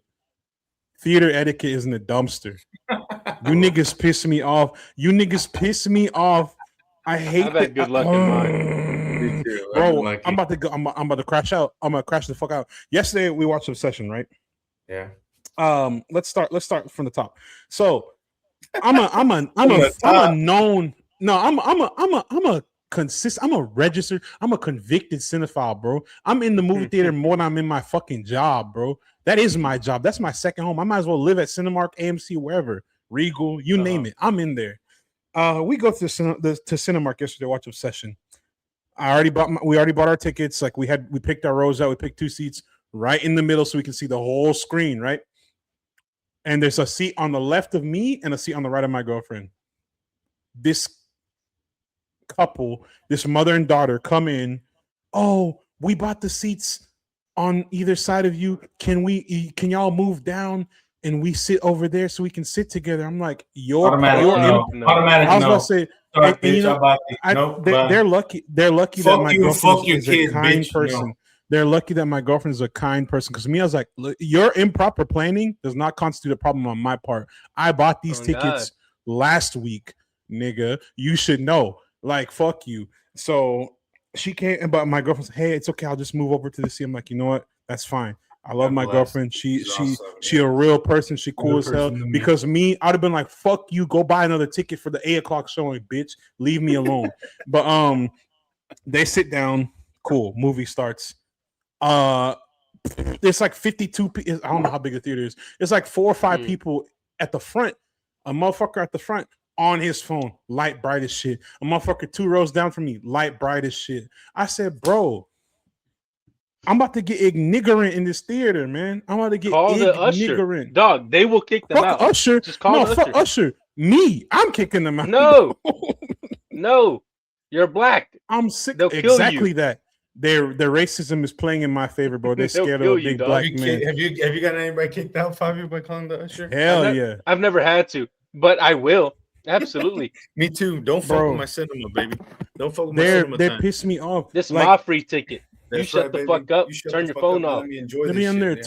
there Yeah. in there yapping, chatting loud as shit. Like I don't mind. Like I know people talking the movie, a little side conversation, a little quiet, little And whisper. That's no problem. Sometimes it helps amplify the movie. Like I went to go watch Mhm. Obsession. It was full, packed house. Yeah. And sometimes Yeah. like when shit happened, people are like, "Oh shit," you know, like when Nick is saying some shit or something This happens, motherfucker or eating like- beans. Yeah. Yeah. or whenever he's like, it This turns out nigga like eating that she bees. was fucking Bear's best. People are like, "Oh fuck," you know, like shit Yup. like that. That's fine. That's why you go to the Yeah. movies. It's a communal experience. She Or can when people experience laugh, it. yeah, absolutely. Yeah, it's But like when, if a motherfucker Bro, taking a call or your alarm goes off, get the fuck out. oh my god, Take the your Asian, ugly ass out this the couple, the mom and daughter that came in and made us relocate, that colonized our seats. She kept giggling. She kept fucking giggling every time something happened. I know people get scared. People do weird shit when they get scared. Like, but she giggled for every fucking Let her thing. giggle, The bro. woman, man, fuck your giggles, man. Fuck your giggles, bro. Get the fuck out. Like, what's her name would do something, or Bear would be like, and he'd say something that wasn't even funny. She's like, I'm like, shut up, please. And then the daughter's explaining everything to her loud as Oh fuck. fuck no. Like, you know when Bear broke the stick and it cursed Nikki, whatever. Like, And that's then the first- what's it called? That's the one. Wish Whenever Ian broke the stick and said, "I want $1 billion," instead of no, sorry, let me not that one. Whenever possessed Nikki broke the stick on Bear, she's explaining to her like, yeah, that's why he's acting like that, because she broke the stick. I'm like, you're telling me the fucking movie, I'm watching this shit happen in front of me. Shut the fuck up. Shut up. I was about to turn around and be like, shut the fuck up. Please, I'm sick of it. I cannot deal with this anymore. From here on out, if you are in my theater and I hear you talking and you're on the phone, I will kill there's you. there's no safe place. Lockout. There's no safe place for you. There's nowhere you can run, nowhere you can hide. I'm beating your ass. Everybody getting smoked, bro. This shit Everybody is getting ridiculous. No, but in real on some real shit, like, please don't go and disturb other people's viewing experiences just because you are incapable of sitting still for 2 hours, bro. If you come into a movie, you paid money to watch this movie. Everybody next to you paid money to watch this movie too. Why are you fucking up my experience because you want to be on Candy Crush? Fuck your Candy Crush. I'll beat your ass. And that's the Fuck thing. your I Candy think, Crush. I think, you know, This like, Candy Crush, nigga. and I think a lot of it has to do with the fact that the pandemic happened and people don't know how to act. But you know, I think ultimately it sucks and it's terrible. But hopefully, people kind of start catching the drift and get back into a rhythm of things and realize, Start catching hands. Start realizing, oh shit, you know, I need to start acting a certain way because I'm out in public and I'm affecting other people that aren't just myself. Hopefully, people just need a bit of a readjustment period. And the more good movies that come out, the more popular movies that come out, the more people go see this shit, the more people will complain about motherfuckers doing shit like that. The more people will start learning, oh, okay, maybe I should have some decorum and act like I have fucking home training, you know? These motherfuckers didn't graduate. They're not learning. It's ridiculous. It's ridiculous. So I'm hoping some things will change, but the one thing that won't change is us putting out good episodes just like this one. Another episode of the Goat Nestro core in the books, bro. Right. We might have to change our name. Appreciate y'all tuning. Goat Nestro core. Appreciate y'all tuning in as usual, as always. Respect to everybody who's still tapping in with us to this day. Please share this with your friends. Speaking of sharing, go and tap in with our homies over at Backstage XP. Dave and Jonathan still working their tails off, getting all types of stuff going on. Like I said, they were just interviewing the Wayans Bros. Just interviewed Nick how you say that nigga name? Galaxy. Nick Galatzine, Nick Galaxy. Swole ass. Nick, white boy. Nick, that's a handsome man right there. Nick Galatzine. I think he's all right. Overrated. Yeah. Lisa's Trying to make just him jealous. happen. Lisa's just jealous because he got better macros in him. Don't worry about it. I'm mad because he has access to the gear that I want so fucking bad. Yeah, if I didn't have to work 50 hours a week, I too would be swole as If fuck. you want gear, I can get you gear. You just gotta jealous. diet, motherfucker. I'm jealous of his cycles, of the cycle he's on, bro. Well, speaking of cycling, cycle on over to Backstage XP and follow our friends over there. Tap in with them and see what they got going on. Speaking of friends, tap in with AZ at Tari Singo. He's not here to explain more, but he's on Twitch. I know he's working in the mines right now, but he's still gonna do Twitch and some more YouTube videos soon. Follow him on twitch.tv/Tari Singo. And speaking of Twitch, we are also twitching as well. We are now full-time gamers, not full-time gamers, but part-time gamers, full-time gamer, full-time cinema. Yeah. Part-time gamers on Twitch, full-time cinephiles in real life. Full-time gamers, full-time real-ass fellas. Yeah, full-time real-ass niggas, bro. That's right. Yes, sir. But please check in with us. We're going to be doing some playthroughs this year for sure. I think what we're going to try and do is have each of us like play a game or pick a game, or if we do a group game like Baldur's Gate or whatever the fuck. I don't know. Is Baldur's Gate a group game? I don't know. We'll see. Yeah, I'll find out. We'll play some shit. We'll play some shit together, and y'all can check in and see how good or bad we do. But it's going to be good because we're the best. And speaking of being the best, follow the best at what it is at Cinestro Corp. No S. Trying to be more present on social media. Matter of fact, public service announcement. If you want to be part of Cinestro Corp, please email us. Check our email in our bio. Where everybody from? Yeah, drop your location in the chat. No, please. We're looking for someone to run our social media. I'm gonna be real with you. We all have full-time jobs. We're all employed. The economy looks like shit. There is no way that we're gonna be able to do this to the level we want to do while trying to maintain a normal life. So we need some help. If y'all niggas want to be part of something great before we blow up and become too big, then you need to get in right now, because I'm telling you, this shit. Or even if you just want to, we're cool people. You want to just like hang out. Yeah, you want to hang out? We do cool shit. We play games, bro. The other night we were on Rematch. We made friends with. Well, on the Rematch stream, we made friends with Muhammad, my fucking guy, my fucking goot, cool as shit, my fucking guy. My fucking dude, my fucking fella. Yeah, appreciate y'all. If you want to tap in, just like I said, send us an email, send us a tweet, Instagram, whatever you want to use. Let us know you want to be part of the program here, part of the core. We'll get you a t-shirt and everything, man. But until then, share this with 3 friends. Tag us that you shared it. We'll get you something sent to your location, your shirt, a hat. I don't know. We'll make some merch. I'll send you $1. My toenail clippings. I'll send you a bottle of that's crazy as hell. But we'll send you something. But until that day, appreciate y'all. Love you guys. Keep tuning in, and we'll see y'all at the movies. We're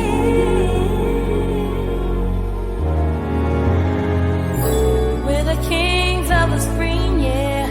Cinestro Core, we're the dream, yeah. New episode Saturday afternoon.